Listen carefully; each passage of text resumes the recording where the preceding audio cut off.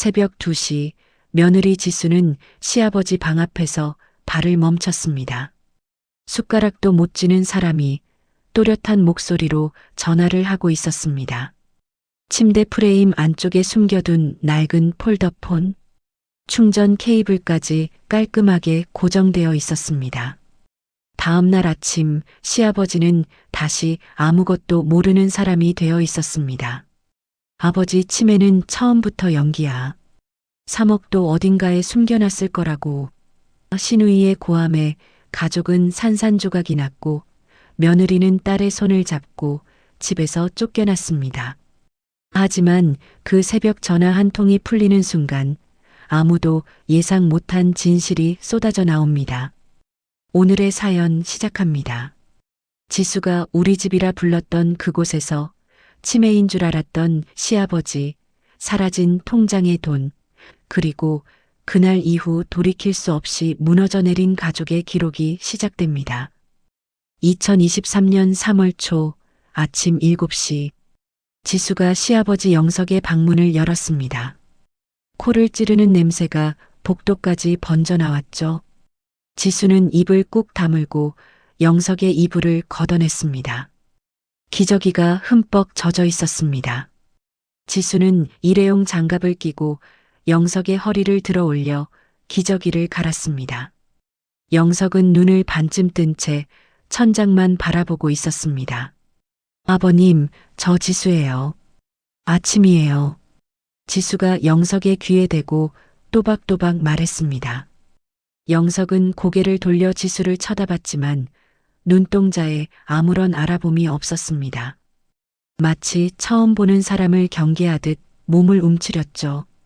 지수는 더러워진 침구를 벗겨 세탁기에 넣고 새 시트를 깔고 영석의 팔을 잡아 식탁 앞에 앉혔습니다. 죽을 한 숟갈 떠서 영석의 입가에 가져다 대자 영석이 숟가락을 손으로 밀어냈습니다. 지수는 숟가락을 다시 집어 영석의 손에 쥐어줬습니다. 영석은 숟가락을 거꾸로 쥔 채 허공을 긁었습니다. 아버님, 이렇게요. 이렇게 드시는 거예요. 지수가 영석의 손 위에 자기 손을 포개고 숟가락을 입으로 가져갔습니다. 죽이 영석의 입술 사이로 들어가자 영석은 어린아이처럼 오물오물 씹었습니다. 한 그릇을 비우는데 40분이 걸렸습니다. 거실에서 서연이가 학교 숙제를 펴놓고 연필을 굴리고 있었습니다. 초등학교 2학년에 막 올라간 서연이는 엄마가 할아버지 밥을 먹이는 동안 늘 혼자 숙제를 했습니다. 엄마, 이거 답이 뭐야? 서연이가 수학 문제를 들고 부엌으로 달려왔습니다. 지수는 영석의 입가에 묻은 죽을 수건으로 닦아내면서 서연이의 공책을 힐끗 봤습니다. 서연아, 잠깐만. 할아버지 약 먹이고 볼게. 지수가 약통에서 알약 3개를 꺼내 영석의 입에 넣어드리고 물을 떠서 받쳐줬습니다. 영석이 약을 삼킨 걸 확인한 뒤에야 지수는 서연이의 공책 앞에 쪼그려 앉았습니다. 서연이는 할아버지 방에 들어가 자기가 그린 그림을 영석에게 내밀었습니다. 토끼와 꽃이 그려진 그림이었죠. 영석은 그림을 알아보지 못했습니다. 하지만 서연이가 침대 옆에 쪼르르 다가가 앉자 영석의 손이 천천히 올라가 서연이의 머리를 쓰다듬었습니다. 몸이 기억하는 버릇이었습니다. 엄마, 할아버지가 나 쓰다듬어줬어. 서연이가 환하게 웃으며 달려나왔습니다. 지수는 빨래를 널다가 손을 멈추고 서연이의 얼굴을 바라봤습니다. 할아버지가 예전에는 아주 똑똑하고 멋진 분이셨어. 큰 회사도 만드셨거든. 지금은 왜 못 알아봐? 아프셔서 그래. 근데 서연이가 옆에 있으면 할아버지가 좋아하시는 거야. 서연이는 고개를 끄덕이더니 다시 할아버지 방으로 들어가 옆에 앉아 그림을 그리기 시작했습니다. 영석의 병원비와 약값은 영석 본인의 국민연금과 요양보험으로 충당하고 있었습니다. 영석의 예금 통장에는 3억 원이 들어 있었지만 이 돈은 영석이 아프기 전부터 직접 관리하던 노후 자금이었습니다.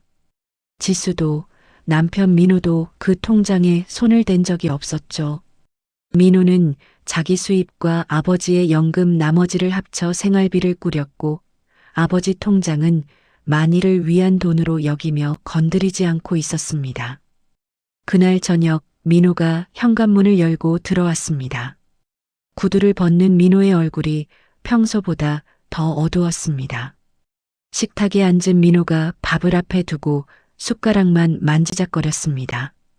요즘 일 어때? 지수가 반찬을 놓으며 물었습니다. 거래가 2건이나 날아갔어. 이번 달도 빠듯할 것 같아. 민호가 숟가락을 내려놓으며 한숨을 쉬었습니다. 잠시 뜸을 들이던 민호가 자리에서 일어나 아버지 방으로 들어갔습니다. 서랍을 열어 무언가를 꺼내 들었습니다. 아버지의 예금 통장이었습니다. 생활비가 모자라니 아버지 돈에서 조금만 빌려 쓰자는 생각이었죠.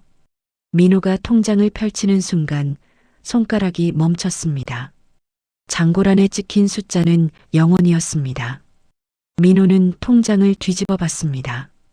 3억 원 가까이 있던 돈이 전부 빠져나가 있었습니다. 민호가 통장을 들고 부엌으로 나왔습니다. 지수의 앞에 통장을 탁 내려놓았습니다. 이거 봐. 아버지 통장이야. 잔고가 0원이야. 지수가 통장을 집어들고 눈을 크게 떴습니다. 이게 뭐야? 3억이 어디로 간 거야? 나도 몰라서 묻는 거잖아. 너 혹시 이 통장에서 뭐 뺀 적 있어? 지수가 통장을 내려놓으며 민호를 똑바로 쳐다봤습니다. 내가 왜 시아버지 통장에서 돈을 빼?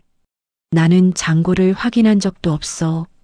민호는 아무 말 없이 통장을 다시 집어들었습니다. 다음 날 민호는 은행 창구에서 거래 내역을 요청했지만 본인이 아니면 안 된다는 대답만 돌아왔습니다. 집에 돌아온 민호가 영석의 손에 펜을 쥐어주고 위임장을 쓰게 하려 했지만 영석은 자기 이름 석자도 쓰지 못했습니다. 그날 밤 민호는 여동생 수진에게 전화를 걸었습니다. 수진아, 아버지 예금 통장 잔고가 0원이야. 3억이 통째로 없어졌어. 수진의 목소리가 전화기 너머로 날카롭게 돌아왔습니다. 뭐? 3억이 전부? 오빠, 그 돈 누가 뺐는데? 아직 몰라. 은행에서 내역도 안 뽑아줘. 매일 아버지 옆에 붙어 있는 사람이 누군데? 형수잖아. 아버지 인감도장, 신분증, 다 형수 손 닿는 데 있잖아. 민호가 전화기를 귀에서 떼고 잠시 눈을 감았습니다. 그건 지수가 그럴 리가 없어. 우리가 없긴. 오빠는 맨날 그러면서 당하는 거야. 전화를 끊은 뒤 민호는 거실 소파에 한참을 앉아 있었습니다. 그러다 슬며시 일어나 지수의 핸드백 안에서 지수의 통장을 꺼내 잔고를 확인했습니다.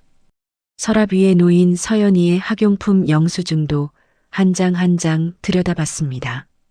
지수가 안방에서 나오다가 영수증을 살피는 민호의 뒷모습을 봤습니다. 지수는 아무 말 없이 다시 안방으로 들어갔습니다. 이불을 끌어올리는 지수의 손이 미세하게 떨리고 있었습니다. 지수는 자기 힘으로라도 결백을 증명하고 싶었습니다. 다음 날 오전 서연이를 학교에 보낸 뒤 지수는 은행을 찾아갔습니다. 창구 직원에게 시아버지의 통장 거래 내역을 발급받을 수 있는 방법이 없는지 물었습니다. 본인이 직접 오시거나 법적 대리인이 위임장을 가지고 오셔야 합니다. 본인이 치매 환자라서 직접 오실 수가 없어요. 다른 방법은 정말 없나요? 죄송합니다. 규정상 어려워요. 지수는 은행 문을 나서며 입술을 깨물었습니다. 할 수 있는 일이 아무것도 없었습니다.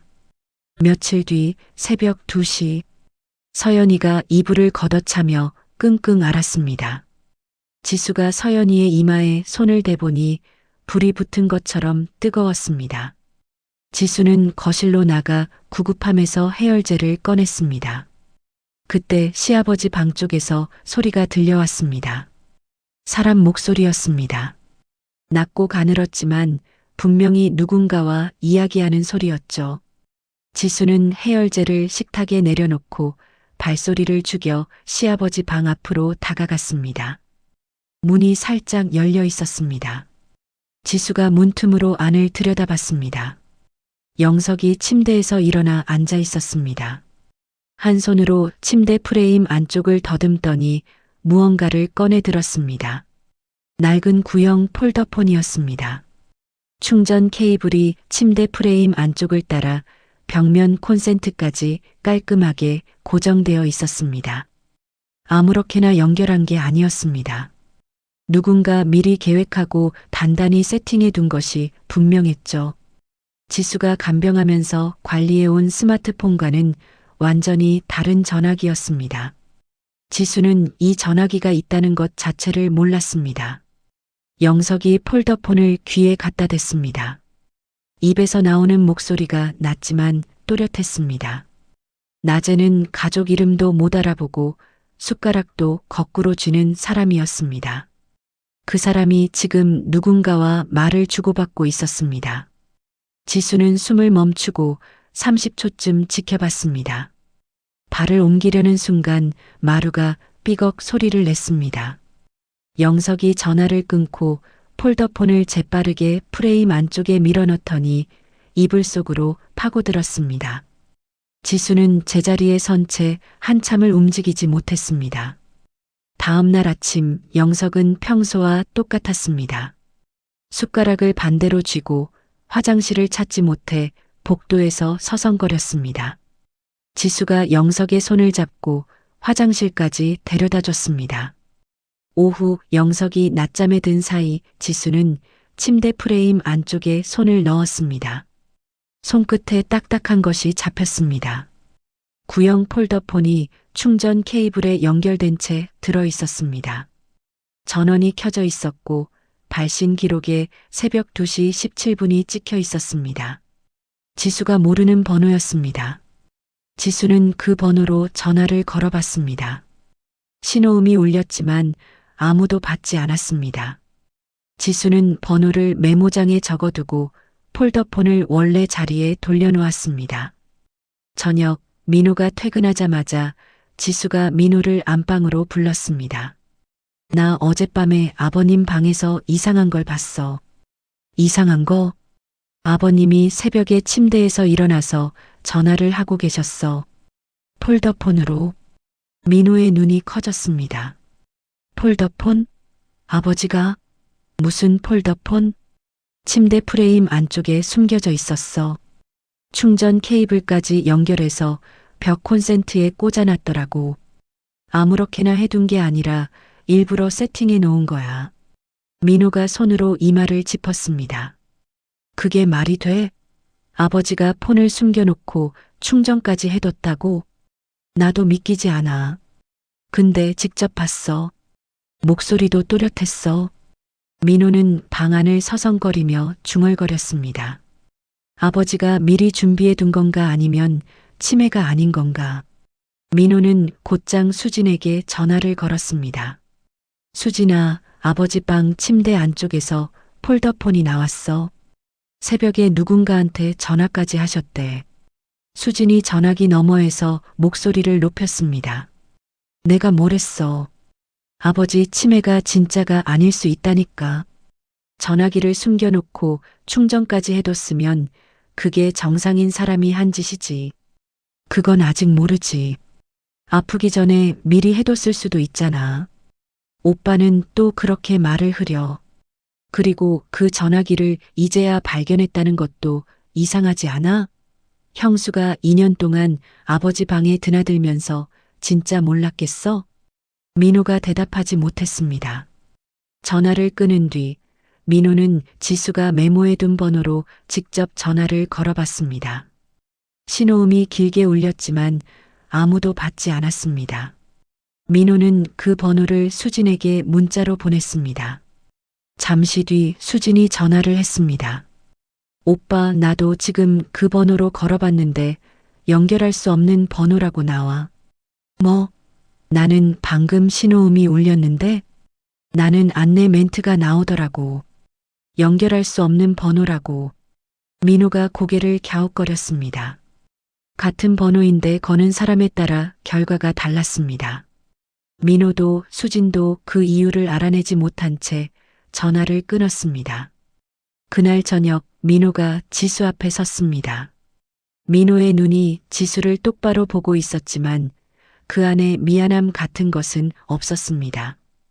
지수야, 당분간 아버지 인감도장이랑 신분증은 내가 가지고 있을게.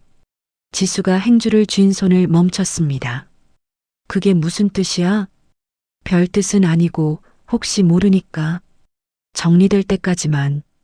지수는 행주를 싱크대 위에 내려놓았습니다. 아무 말도 하지 않았습니다.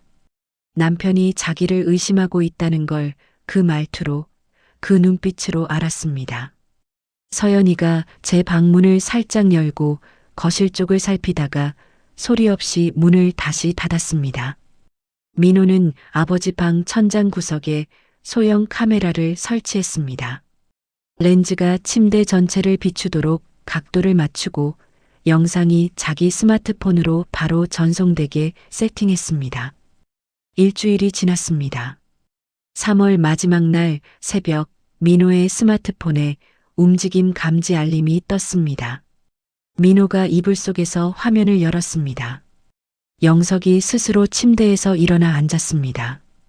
프레임 안쪽에 손을 넣어 폴더폰을 꺼내 드는 동작이 정확했습니다. 눈빛이 또렷했습니다.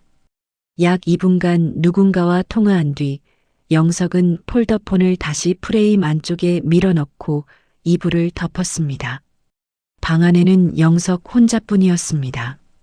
민호는 영상을 멈추고 천장을 올려다봤습니다. 옆에서 자고 있는 지수 쪽으로 고개를 돌렸습니다. 지수가 전화를 대신 건 게 아니라는 건 영상으로 확인됐습니다. 하지만 아버지가 저렇게 멀쩡하게 움직이고 또렷하게 말하고 있다는 사실이 민호의 머릿속을 뒤집어 놓았습니다. 그날 오후 신우이 수진이 큰 가방을 끌고 현관문 앞에 나타났습니다. 민호가 문을 열자마자 수진이 신발도 제대로 벗지 않고 거실로 들어왔습니다. 영상 봤어. 오빠가 보내준 거. 수진이 가방에서 서류 봉투를 꺼내 식탁 위에 탁 올려놓았습니다. 나도 가만히 있었던 게 아니야. 아버지 아파트 등기부등본 떼봤어. 수진이 서류를 펼쳤습니다. 손가락으로 한 줄을 짚었습니다. 여기 봐.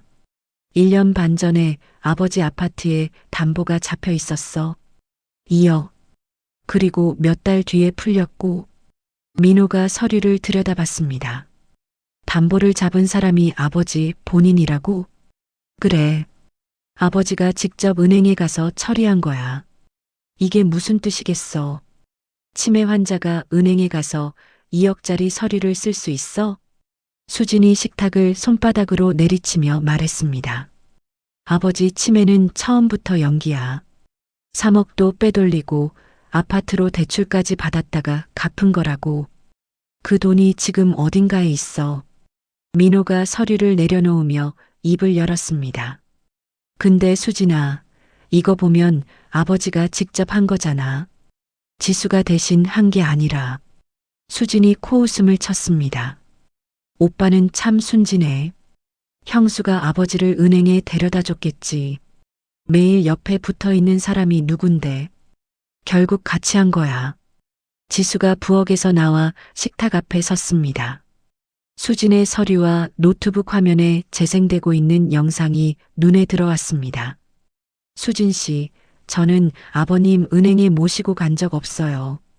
그 담보 서류도 처음 봐요. 수진이 고개를 돌려 지수를 쳐다봤습니다. 형수, 그러면 아버지가 혼자 다 했다는 거야? 걷지도 못하는 사람이? 1년 반 전이면 아버님이 아직 밖에 나가실 수 있을 때예요. 그래서 치매 환자가 은행에서 2억짜리 서류를 쓰고 또 갚았다? 그게 말이 돼? 수진이 의자에서 일어나 영석의 방으로 들어갔습니다. 노트북을 영석 앞에 펼치고 영상을 재생했습니다. 화면 속에서 영석이 폴더폰을 들고 통화하는 모습이 나왔습니다. 수진이 등기부등본 사본을 영석의 무릎 위에 올려놓았습니다.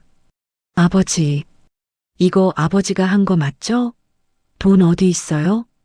영석은 수진의 얼굴을 멍하니 바라봤습니다. 아무 반응이 없었습니다. 수진이 목소리를 높이자 영석이 갑자기 이불을 끌어올려 머리까지 뒤집어 쓰고 울음을 터뜨렸습니다. 커다란 몸이 이불 속에서 떨렸습니다. 또 연기하는 거지? 아까 영상에서는 멀쩡하더니 지금은 우는 척이야? 수진이 이불을 잡아당기려다가 민호가 수진의 팔을 붙잡았습니다. 그만해. 아버지가 놀라잖아. 오빠가 이러니까 맨날 당하는 거야. 수진이 민호의 손을 뿌리치고 거실로 나왔습니다. 식탁 의자에 털썩 앉더니 두 손으로 머리를 쥐었습니다. 어쨌든 이래서는 안 돼. 아버지한테 아파트밖에 안 남았는데 형수가 계속 아버지 옆에 있으면 그것도 어떻게 될지 몰라. 지수가 수진 앞에 섰습니다. 수진 씨, 저 2년 동안 아버님 간병하면서 병원 영수증, 약가, 식비 영수증, 간병 기록 다 있어요. 다 보여드릴게요. 지수가 서랍에서 두꺼운 파일을 꺼내 식탁 위에 올려놓았습니다. 수진은 파일을 거들떠보지도 않았습니다. 그런 건 증거가 아니라 알리바이야. 민호가 식탁과 거실 사이에 서서 아무 말도 하지 않았습니다. 지수가 민호를 봤습니다. 민호는 시선을 피했습니다. 수진이 의자에서 일어나며 선언했습니다. 내가 간병 교대할게. 형수는 당분간 나가 있어. 아버지 상황이 정리될 때까지. 수진 씨, 제가 2년 동안 있었으니까 문제라는 거야. 아버지 옆에서 모든 걸 관리한 사람이 형수잖아. 지수가 민호를 다시 봤습니다. 당신은 어떻게 생각해? 민호는 입술을 달싹거리다가 고개를 숙였습니다.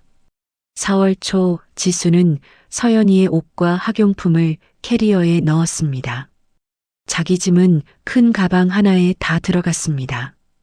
현관에서 신발을 신는데 영석이 방문 앞에 서 있었습니다.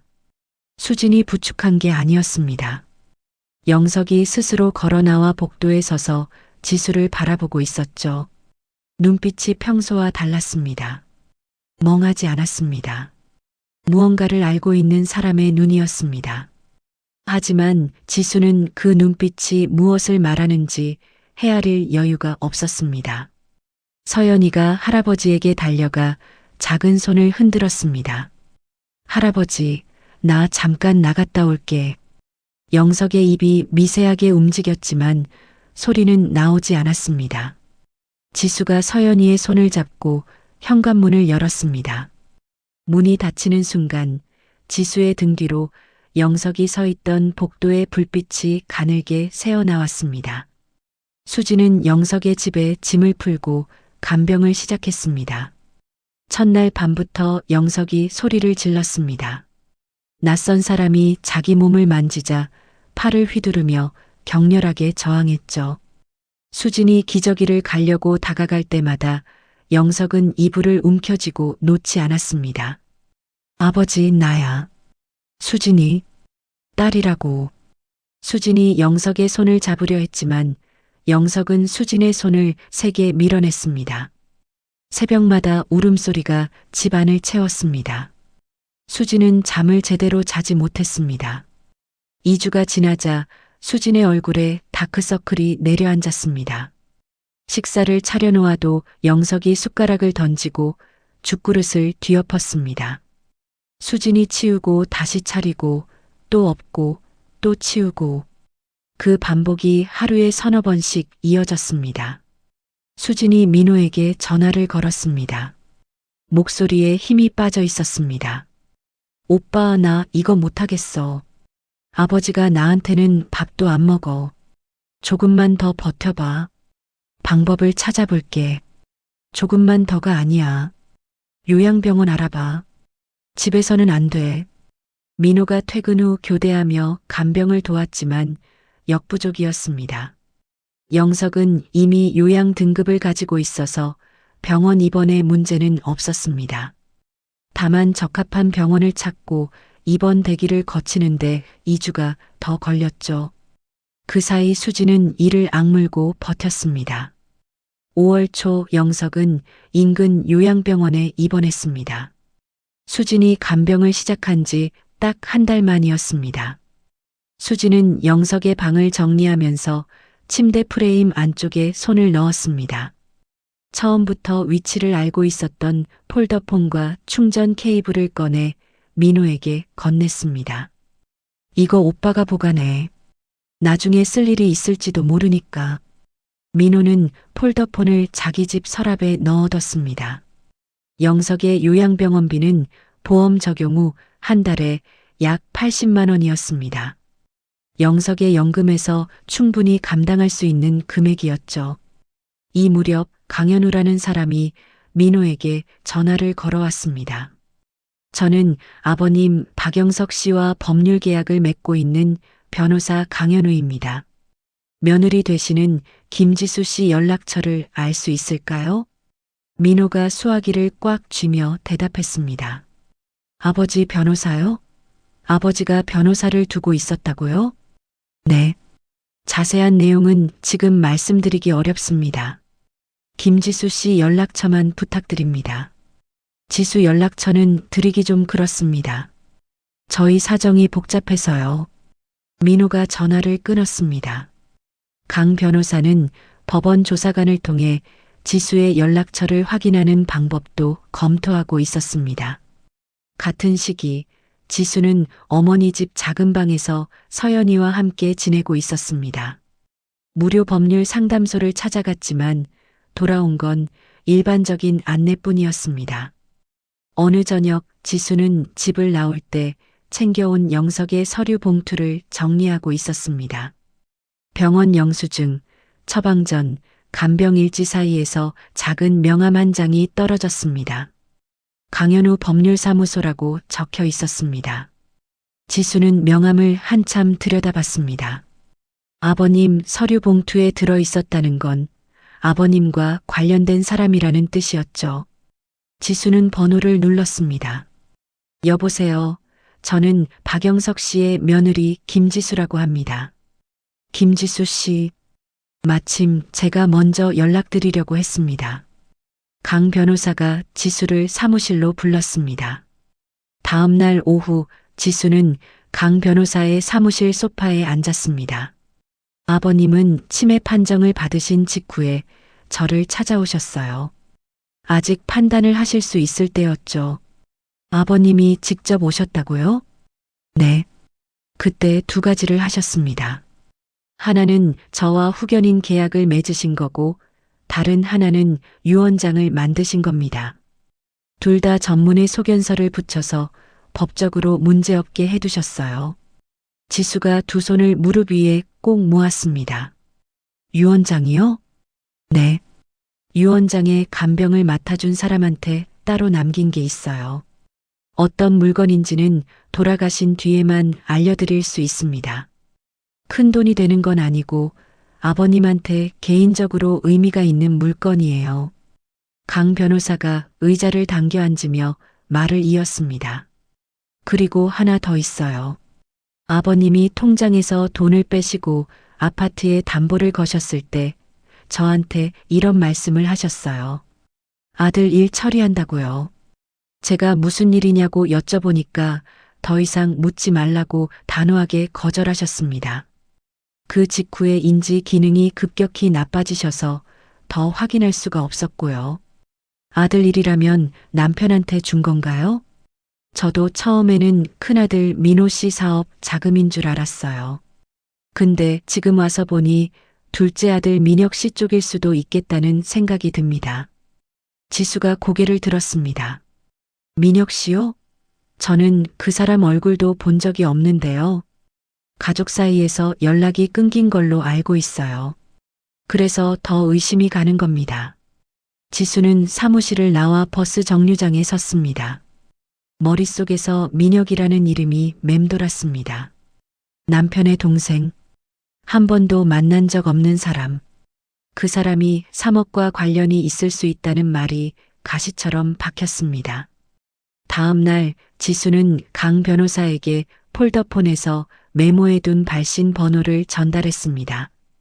강 변호사가 통신사에 확인을 요청한 결과 그 번호는 인천에서 개통된 선불폰이었습니다. 민혁의 마지막 거주지가 인천이었다는 정보와 맞아떨어졌죠. 강 변호사가 그 번호로 전화를 걸었습니다. 신호음이 울렸지만 받지 않았습니다. 강 변호사는 문자를 보냈습니다. 아버지 영석의 이름과 용건을 짧게 적었습니다. 같은 날 강 변호사는 영석의 의료 기록도 정리해줬습니다. 담당 전문의의 소견에 따르면 영석은 실제 치매 환자이며 병이 진행되는 중간 단계에서 일시적으로 정신이 맑아지는 순간이 나타날 수 있다는 내용이었습니다. 새벽에 또렷하게 전화하는 모습은 연기가 아니라 잠깐 맑아진 상태일 가능성이 높았죠. 폴더폰을 미리 준비해 둔 것도 영석이 자기 머리가 점점 나빠질 걸 알고 미리 연락 수단을 만들어 놓은 것으로 보였습니다. 지수는 강 변호사의 사무실을 나서며 두 가지를 마음에 새겼습니다. 하나는 민혁을 직접 찾아내는 것. 다른 하나는 아버님의 치매가 진짜라는 증거를 모으는 것. 강 변호사가 보낸 문자에 답이 온 것은 이틀 뒤 저녁이었습니다. 민혁이 일을 마치고 폰 전원을 켠 뒤 문자를 확인한 것이죠. 아버지 건으로 연락 주셨다고요. 무슨 일입니까? 강 변호사가 현재 상황을 설명하고 만남을 요청했습니다. 민혁은 한참 말이 없다가 짧게 대답했습니다. 알겠습니다. 오겠습니다. 6월 초 지수와 강 변호사는 인천 남동구의 좁은 골목길을 걸어 들어갔습니다. 반지하 원룸 문을 열고 나온 민혁은 작업복 차림에 손톱 사이까지 시멘트 가루가 끼어 있었습니다. 방 안에는 이불 하나와 옷가지가 든 플라스틱 서랍장이 전부였습니다. 민혁이 바닥에 방석 2개를 깔아주며 고개를 숙였습니다. 형수님이시죠? 한 번도 인사를 못 드려서 죄송합니다. 지수가 고개를 가볍게 숙여 인사를 받았습니다. 강 변호사가 본론을 꺼냈습니다. 민혁 씨, 아버님 예금 통장 잔고가 0원입니다. 3억이 전부 빠져나갔어요. 이유를 알고 계시죠? 민혁의 고개가 더 깊이 내려갔습니다. 한참을 입을 열지 못하다가 떨리는 목소리로 말하기 시작했습니다. 다 제 때문입니다. 2년 전에 인터넷 쇼핑몰을 하다가 망했습니다. 사채로 2억 5천만 원을 빌렸는데 이자가 불어나서 협박까지 받았습니다. 그걸 아버지가 아신 겁니다. 민혁이 자리에서 일어나 옷장 문을 열었습니다. 옷 사이에 끼워둔 서류 봉투를 꺼내 바닥에 내려놓았습니다. 아버지가 단계적으로 처리하셨습니다. 먼저 아파트에 담보를 잡아서 2억을 빌리시고 그 돈으로 사채 원금 2억을 갚으셨습니다. 그 다음에 통장에서 7천만 원을 빼서 남은 사채와 이자를 다 정리하셨고요. 마지막으로 통장에서 2억을 또 빼서 아파트 대출을 한 번에 갚고 담보를 푸셨습니다. 민혁이 봉투에서 서류를 한 장씩 꺼내 바닥에 펼쳤습니다. 사채 갚은 확인서, 은행 출금 전표, 담보 설정하고 푼 서류, 대출 갚은 확인서. 날짜가 순서대로 찍혀 있었습니다. 아버지가 이 서류를 전부 저한테 주시면서 만약을 위해 보관해 두라고 하셨습니다. 그리고 통장에 남은 돈 중에 2천만 원 정도를 현금으로 빼서 집 어딘가에 뒀다고 하셨는데 정확히 어디에 두셨는지는 말씀 안 하셨습니다. 그 뒤로 아버지 머리가 급격히 나빠지셔서 민혁이 말을 잇지 못하고 손등으로 눈을 훔쳤습니다. 지수가 조심스럽게 물었습니다. 그러면 새벽에 아버님이 전화하신 것도 민혁 씨한테 한 거예요? 네. 아버지가 치매 판정 받으시고 나서 바로 폴더폰을 하나 사셨습니다. 앞으로 머리가 나빠질 거 아시니까 그래도 저한테 연락할 수 있게 미리 준비해 두신 겁니다. 충전줄도 침대 안쪽에 아버지가 직접 고정하셨고요. 민혁이 코를 훌쩍이며 말을 이었습니다. 처음에는 전화가 자주 왔습니다. 근데 점점 말이 흐려지시고 중간에 끊기시고 가끔 새벽에 갑자기 또렷하게 안부를 물으실 때가 있었습니다. 강 변호사가 고개를 끄덕였습니다. 그게 일시적으로 맑아지는 상태예요. 치매 환자한테 나타날 수 있는 증상입니다. 지수가 한 가지를 더 물었습니다. 그런데 형님이나 수진 씨가 그 번호로 전화했을 때 결과가 서로 달랐거든요. 혹시 이유를 아세요? 민혁이 머리를 긁으며 대답했습니다. 누나 번호는 제가 막아뒀습니다. 사업 망했을 때 누나랑 돈 문제로 크게 싸워서 그때 차단했어요. 형 번호는 워낙 오래 연락을 안 해서 저장 자체를 안 했습니다. 차단 목록에 넣지도 않았고요. 그래서 형이 전화하면 신호는 가는데 모르는 번호니까 안 받은 겁니다. 일하는 중에는 폰을 아예 꺼놓거든요. 6월 중순 강 변호사의 사무실 회의실. 지수, 강 변호사, 민혁이 한쪽에 앉고 민호와 수진이 맞은편에 앉았습니다. 강 변호사가 테이블 위에 서류를 순서대로 펼쳤습니다. 출금 전표와 사채 갚은 확인서의 날짜가 정확히 맞물렸습니다.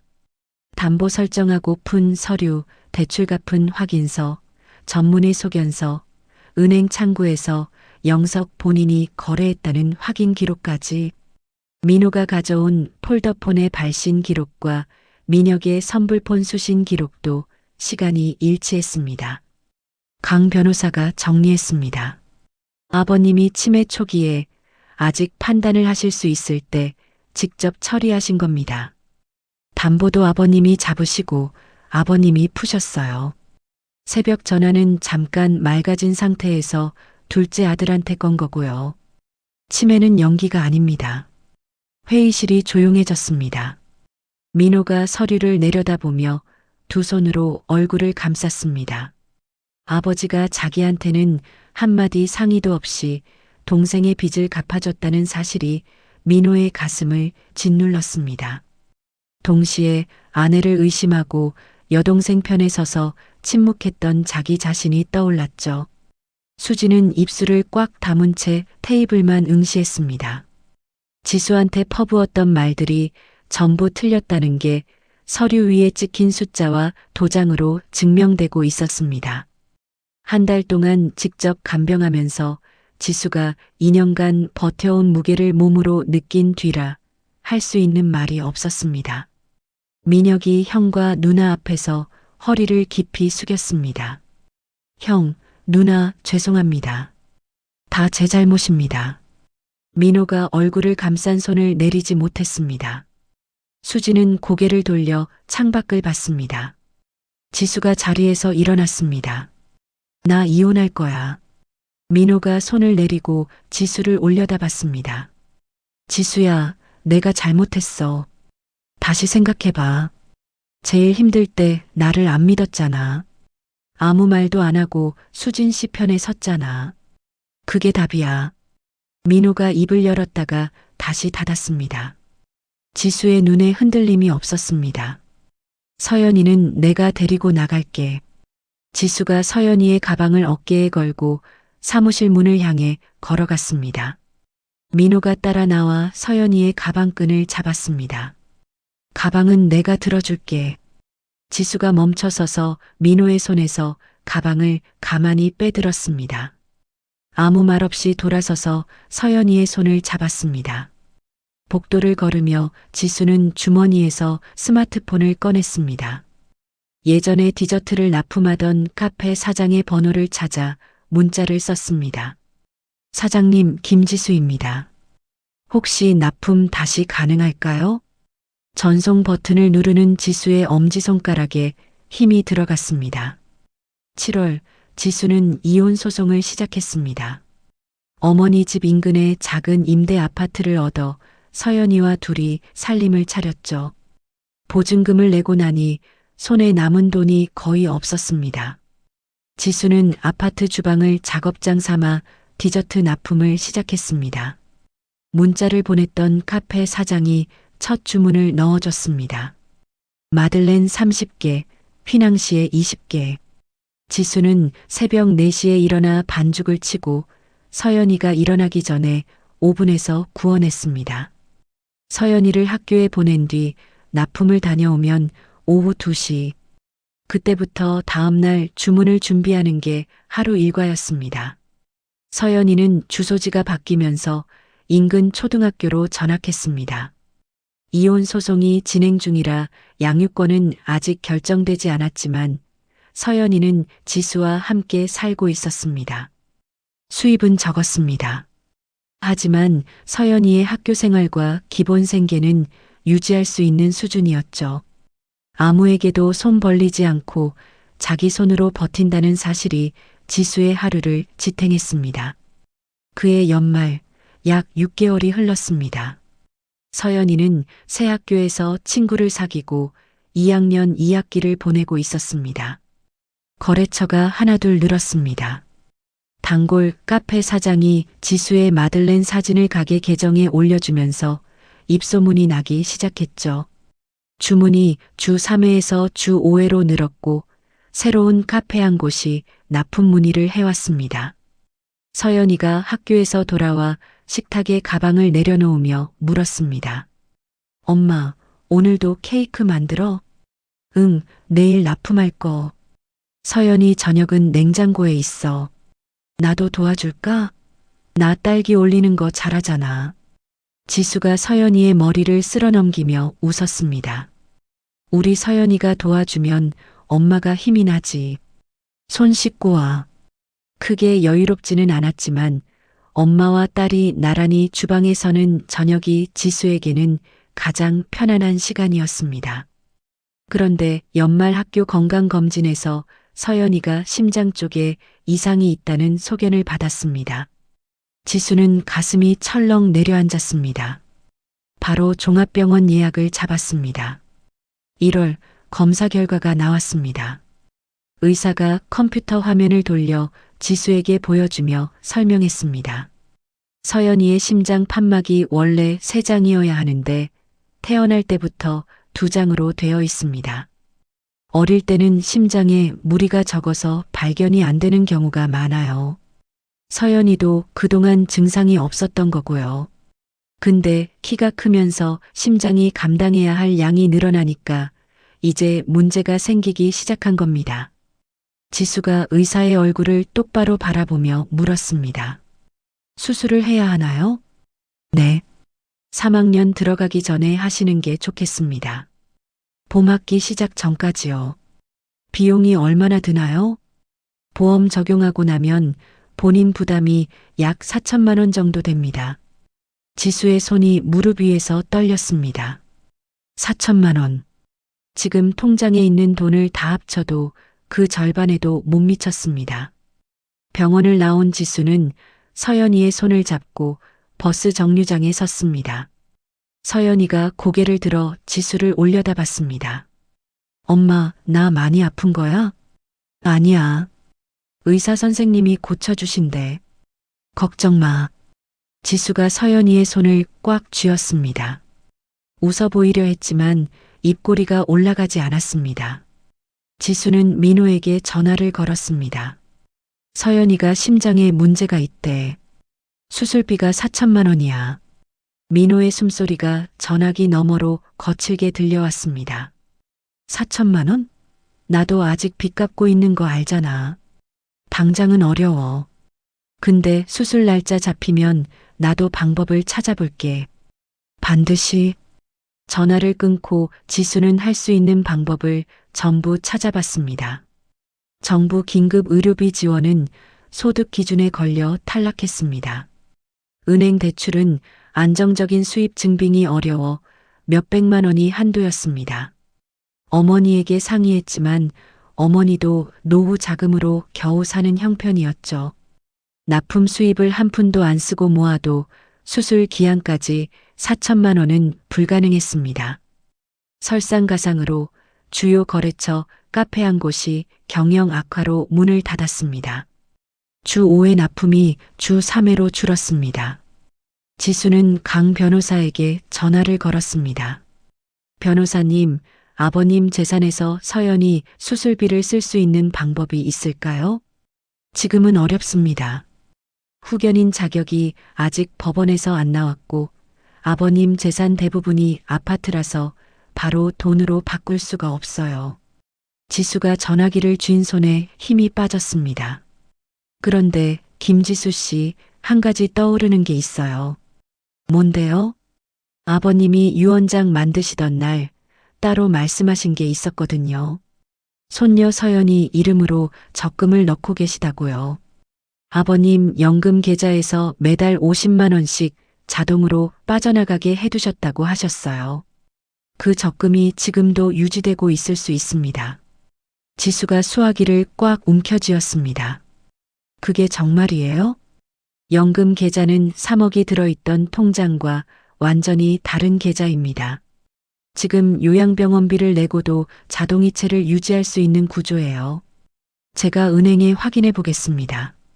전화를 끊은 지수는 식탁 의자에 앉아 한참을 움직이지 못했습니다. 서연이가 방에서 나와 지수의 무릎에 기대 앉았습니다. 엄마, 왜 그래? 지수가 서연이의 등을 천천히 쓸어내렸습니다. 아무것도 아니야. 엄마가 다 알아볼게. 강 변호사는 영석이 유언장을 만들 때 함께 보관해둔 서류 파일을 뒤졌습니다. 파일 안쪽에서 영석이 손으로 직접 적은 메모가 나왔습니다. 글씨가 비뚤비뚤했지만 내용은 또렷했습니다. 서연이 적금, 은행 이름, 연금 계좌에서 매달 50만 원 자동이체. 강 변호사가 지수에게 전화를 걸었습니다. 메모가 나왔습니다. 아버님이 서연이 태어나자마자 적금을 만드셨더라고요. 당시에 큰아들 민호 씨한테 서연이 이름으로 통장 하나 만들어두겠다고 말씀하셔서 동의를 받으셨는데 얼마씩 넣는지는 따로 알리지 않으셨어요. 민호 씨도 시간이 지나면서 까맣게 잊어버린 거고요. 그러면 그 적금이 지금까지 계속 들어간 거예요? 아버님 연금이 매달 180만 원 들어오고 거기서 50만 원이 서연이 적금으로 빠지고 80만 원이 요양병원비로 나가고 나머지가 생활비로 쓰이는 구조입니다. 3억이 사라진 통장과는 완전히 다른 돈줄이에요. 끊길 이유가 없었던 겁니다. 지수의 심장이 빠르게 뛰었습니다. 그러면 8년이면 이자까지 합쳐서 5,100만 원입니다. 방금 은행에서 확인했어요. 지수가 전화기를 쥔 채 고개를 숙였습니다. 입술을 깨물었지만 눈물이 먼저 떨어졌습니다. 아버님이 누구한테도 말하지 않고 매달 50만 원씩 8년을 서연이가 태어난 날부터 단 한 번도 빠뜨리지 않고 수술비 4천만 원을 내고도 서연이 회복기간 병원비까지 쓸 수 있는 금액입니다. 강 변호사가 잠시 뜸을 들이다가 말을 이었습니다. 다만 이 통장이 서연이 이름이라서 미성년자 통장을 해지하려면 양쪽 부모가 동의해야 합니다. 이혼 소송 중이고 양육권이 아직 안 나온 상태니까 민호 씨 동의가 반드시 필요해요. 지수는 전화를 끊고 민호의 번호를 눌렀습니다. 신호음이 3번 울리고 민호가 받았습니다. 서연이 수술비 마련할 수 있을 것 같아. 어떻게? 아버님이 서연이 이름으로 적금을 넣고 계셨대. 서연이 태어났을 때부터 매달 50만 원씩 8년 동안. 전화기 너머에서 민호의 숨소리가 끊겼습니다. 한참 뒤에야 민호가 입을 열었습니다. 아버지가 8년을? 응. 근데 서연이 이름 통장이라 해지하려면 내 동의가 필요해. 당연히 동의하지. 서연이 수술인데. 민호의 목소리가 갈라졌습니다. 나는 아버지 돈 3억이 없어졌다고 난리를 쳤는데 아버지는 그동안 손녀한테 매달 적금을 넣고 계셨던 거잖아. 민호가 더 말을 잇지 못했습니다. 지수도 아무 말하지 않았습니다. 전화기 너머로 민호가 코를 훌쩍이는 소리만 들려왔습니다. 2월 초 지수와 민호는 은행 창구에 나란히 앉았습니다. 양쪽 부모 동의서에 각각 서명하고 적금 해지 절차를 밟았습니다. 5,100만 원이 지수의 통장으로 입금됐습니다. 수술비가 확보된 것이었습니다. 2월 중순 서연이가 대학병원 수술실로 들어갔습니다. 수술실 문이 닫히는 순간 지수는 복도 의자에 주저앉았습니다. 두 손을 깍지 끼고 고개를 숙였습니다. 5시간이 흘렀습니다. 대기실에서 혼자 기다리던 지수의 앞에 민호가 나타났습니다. 작업복도 아니고 양복도 아닌 편한 옷차림이었습니다. 지수가 고개를 들어 민호를 올려다봤습니다. 너 회사는? 무급휴직 냈어. 서연이 수술인데 일하고 있을 수가 없잖아. 민호가 지수의 맞은편 의자에 앉았습니다. 두 사람은 말없이 수술실 문을 바라봤습니다. 수술이 끝나고 의사가 나왔습니다. 수술 잘 됐습니다. 경과를 지켜봐야 하지만 크게 걱정 안 하셔도 됩니다. 지수가 두 손으로 얼굴을 감싸고 고개를 숙였습니다. 어깨가 떨렸습니다. 민호도 의자 등받이에 머리를 기대고 천장을 올려다보며 길게 숨을 내쉬었습니다. 입원 기간 2주 동안 민호는 매일 병원에 왔습니다. 지수가 납품 일을 하러 나가는 시간에 민호가 서연이 곁을 지켰습니다.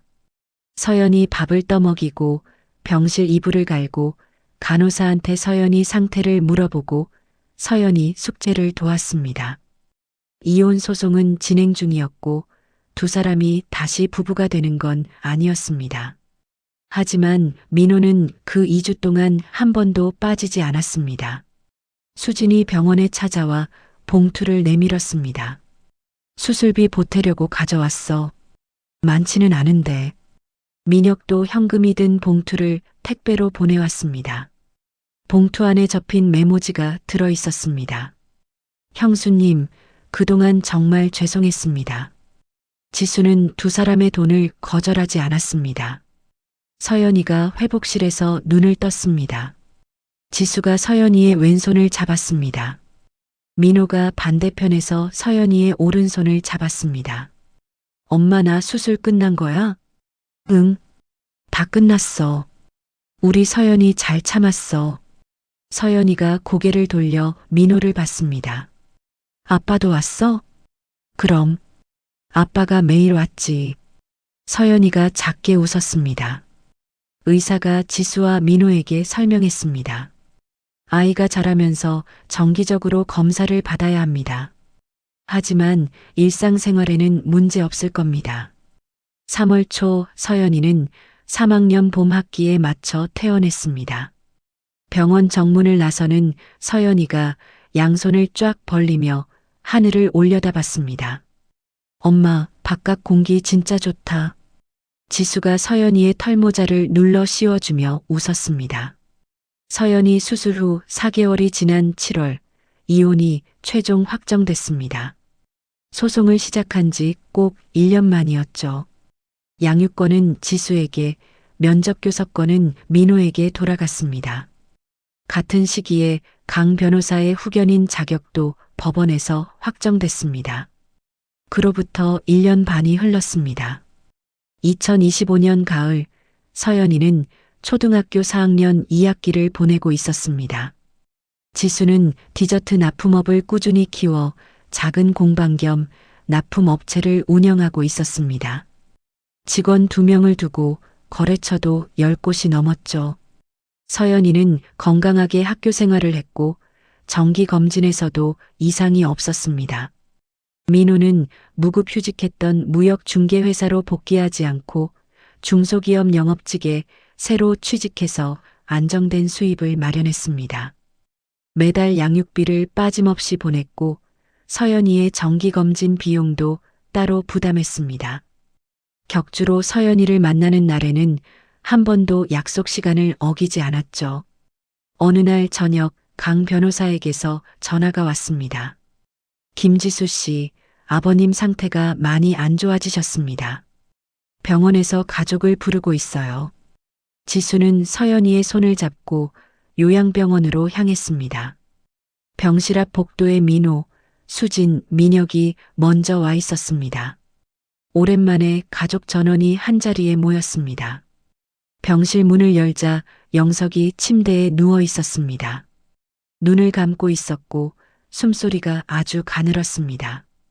가족이 들어서자 영석의 눈꺼풀이 미세하게 떨렸지만 눈을 뜨지는 못했습니다. 민호가 영석의 오른손을 잡았습니다. 수진이 왼손을 잡았습니다. 민혁은 침대 발치에 서서 고개를 깊이 숙이고 있었습니다. 서연이가 가방에서 종이 한 장을 꺼냈습니다. 직접 그린 그림이었습니다. 집 앞에 사람들이 나란히 서 있는 그림이었고 구석에 삐뚤삐뚤한 글씨로 할아버지 빨리 나으세요라고 적혀 있었습니다. 서연이가 그 그림을 영석의 이불 위에 살며시 올려놓았습니다. 할아버지, 나 서연이야. 그림 가져왔어. 영석의 손가락이 이불 위에서 아주 작게 움직였습니다. 그날 밤 영석은 조용히 눈을 감았습니다. 장례가 끝난 뒤 강 변호사가 가족을 불러 유언장을 공개했습니다. 아버님 유언에 따라 아파트를 처분한 뒤 세 자녀에게 똑같이 나눕니다. 그리고 별도 항목이 하나 있습니다. 강 변호사가 유언장의 한 줄을 읽었습니다. 간병을 맡아준 며느리 김지수에게 아래 물품을 남긴다. 지수가 고개를 들었습니다. 물품이요? 네. 아버님이 건설회사를 처음 세우셨을 때 돌아가신 어머님과 함께 쓰시던 사무실 책상입니다. 아버님의 옛 사무실 창고에 보관되어 있었어요. 며칠 뒤 강 변호사가 트럭에 실려온 낡은 책상을 지수에게 전달했습니다. 나무 표면이 군데군데 갈라지고 모서리가 달아 있었습니다. 아파트를 정리하는 과정에서 민호가 영석의 옷장 깊숙한 곳을 비우다가 낡은 봉투 하나를 발견했습니다. 안에 현금 약 2천만 원이 들어 있었습니다. 민혁이 진실을 밝히던 날 아버지가 현금을 집 어딘가에 뒀다고 말했지만 정확한 위치를 몰라 그때는 찾지 못했던 돈이었죠. 민호는 이 현금을 강 변호사에게 넘겼고 강 변호사는 유언장에 따라 유산 정리에 포함시켰습니다. 지수가 책상을 공방 한쪽 벽에 놓고 서랍을 열었습니다. 서랍 안에 봉투가 하나 들어 있었습니다. 봉투를 열자 접힌 편지가 나왔습니다. 글씨가 삐뚤삐뚤했습니다. 손이 떨리기 시작하던 무렵에 쓴 것이 분명했죠. 지수가 편지를 펼쳤습니다. 이 책상에서 아내와 밤을 새우며 도면을 그렸다. 사업이 힘들 때 이 책상 앞에서 포기하고 싶었는데 아내가 옆에 앉아 커피를 내려줘서 버텼다. 지수가 내 기저귀를 갈면서도 한마디 불평을 안 했던 걸 기억한다. 아내가 살아있었으면 지수한테 직접 고맙다고 했을 것이다. 서연이가 옆에서 그림을 그려줄 때가 하루 중 가장 좋은 시간이었다. 편지의 마지막 줄에 이렇게 적혀 있었습니다. 네가 없었으면 내 마지막이 많이 외로웠을 것이다. 이 책상에서 다시 시작해라. 지수가 편지를 가슴에 안고 한참을 서 있었습니다. 민혁은 장례식 날 지수를 찾아와 깊이 허리를 숙였습니다. 형수님, 제 빚 때문에 아버지 재산이 다 없어졌고 그 때문에 가족이 이렇게 됐습니다. 숨어 있었던 것까지 전부 제 잘못입니다. 지수가 민혁의 팔을 잡아 일으켜 세웠습니다. 일어나세요. 아버님은 민혁 씨를 원망 안 하셨을 거예요. 민혁은 유언장에 따라 자기한테 돌아온 아파트 매각 대금의 일부를 형과 누나에게 내놓았습니다. 아버지 돈으로 자기 빚을 갚은 사람이 똑같은 몫을 가져갈 수는 없다는 판단이었죠. 수지는 그 뒤로 명절마다 서연이에게 선물을 보내기 시작했습니다. 민혁은 분기에 한 번씩 서연이에게 간식 상자를 택배로 보내왔습니다. 지수가 공방 이름을 정하던 날 서연이를 불러 앉혔습니다. 서연아, 할아버지 이야기 해줄까? 할아버지? 요양병원에 계셨던? 응. 할아버지가 어떤 분이셨는지, 이 책상이 왜 여기 있는지, 할아버지가 서연이한테 뭘 남겨주셨는지 얘기해 줄게. 지수는 서연이에게 처음부터 이야기했습니다. 할아버지가 회사를 만들 때 이 책상에서 할머니와 밤을 샜다는 것. 할아버지가 서연이 태어났을 때부터 매달 50만 원씩 8년을 모아뒀다는 것. 그 돈이 서연이의 수술비가 됐다는 것. 서연이가 한참을 듣고 나서 입을 열었습니다. 엄마, 가게 이름 할아버지 이름으로 하면 안 돼? 할아버지 이름? 응. 영석당. 할아버지가 이 책상에서 시작했으니까 우리도 여기서 시작하는 거잖아. 지수가 서연이의 얼굴을 바라봤습니다. 서연이는 진지했습니다. 공방 유리문 위에 영석당이라는 간판이 붙었습니다. 늦은 가을 오후 창밖으로 햇살이 길게 들어왔습니다. 지수는 작업대에서 반죽을 치고 있었고 서연이는 낡은 책상 위에서 숙제를 하고 있었습니다. 책상 모서리가 닳아 매끈해진 자리에 서연이의 팔꿈치가 올려져 있었습니다. 이렇게 해서 치매인 줄 알았던 시아버지와 사라진 통장을 둘러싼 한 가족의 이야기가 끝이 났습니다. 이 사연을 듣고 나서 많은 생각이 드는데요. 우리는 종종 눈에 보이는 것만으로 판단하고 가장 가까운 사람을 가장 먼저 의심합니다. 영석 씨는 말을 잃어가면서도 끝까지 자식을 지키려 했고 손녀의 미래를 묵묵히 준비했습니다. 정작 그 마음을 알아챈 사람은 아무도 없었죠. 가족이라는 이름은 참 무겁습니다. 믿어줘야 할 순간에 의심하고 함께 짊어져야 할 짐을 한 사람에게만 떠넘기기도 합니다. 하지만 이 이야기의 끝에서 우리가 기억해야 할 건 진실은 결국 드러난다는 것, 그리고 늦었더라도 잘못을 인정하고 행동으로 보여주는 것이 용서의 시작이라는 것이 아닐까 싶습니다. 여러분의 가족은 오늘 안녕하신가요? 오늘 한 번쯤 말 한마디 건네보시는 건 어떨까요? 이야기를 끝까지 들어주신 분이 계시다면 잘 들었다고 댓글 하나만 남겨주세요. 재미있게 들으셨다면 구독과 좋아요는 다음 영상 제작에 큰 도움이 됩니다. 알림 설정하시면 새 영상 업로드 소식을 빠르게 받아보실 수 있습니다. 감사합니다.